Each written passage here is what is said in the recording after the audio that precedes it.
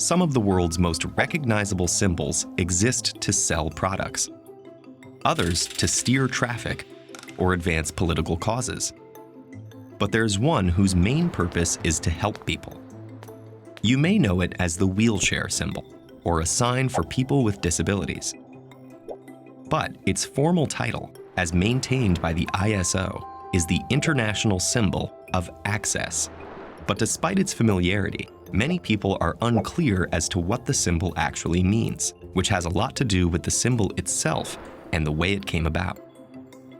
In 1968, the International Commission on Technology and Accessibility held a design contest. They were looking for a symbol that would be readily identifiable from a reasonable distance, self-descriptive, simple, practical, and couldn't be confused with existing signage. The winning design, which didn't have a head, was created by a Danish designer named Suzanne Kofed. The addition of a head a year later gave it a more human form, and within 10 years, it was endorsed by both the United Nations and the ISO. With minimal cost and minimal fuss, a global icon was born. There have been a few tweaks over the decades. The Graphic Artists Guild added more rounded human-like features, and in 2012, the Accessible Icon Project produced a more dynamic version. But what does it really represent? What's its purpose? Put simply, it's a sign to identify where there are accessible facilities. The strength of such an internationally recognized image is that wherever you travel, you don't need to speak the language or have in-depth cultural knowledge. If you require an accessible toilet, the sign shows the way. But the confusion comes from the term accessibility and what that actually means. Many people assume that because the symbol depicts a wheelchair, that accessible facilities are meant only for people who use wheelchairs, or those, at the very least, who have a visible physical condition.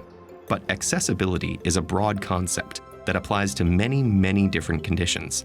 That includes people with autism, visual impairments, and autoimmune diseases like lupus, which can cause pain and fatigue, along with many other conditions. In fact, the World Health Organization estimates that there are approximately 1 billion people who experience some form of disability, which means that this group is very likely to include yourself or a family member, a classmate, a friend, or a work colleague. And people who use wheelchairs only make up about 65 million, or 15% of the total. The vast majority have non-visible disabilities. Accessible parking spaces, facilities, and entrances are designed with that entire group in mind. So it's easy to see why, in recent years, people have begun to raise questions about whether the symbol is really appropriate for what it's meant to do. And it's not just about accuracy. It's common for people to become indignant, sometimes abusive, when they see people without visible disabilities using accessible facilities. The symbol is unfortunately creating widespread issues for the very people and families it's meant to help.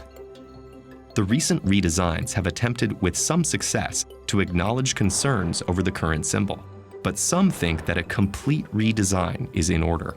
It's a difficult task, though. How do you replace a symbol that's familiar the world over? And what do you replace it with?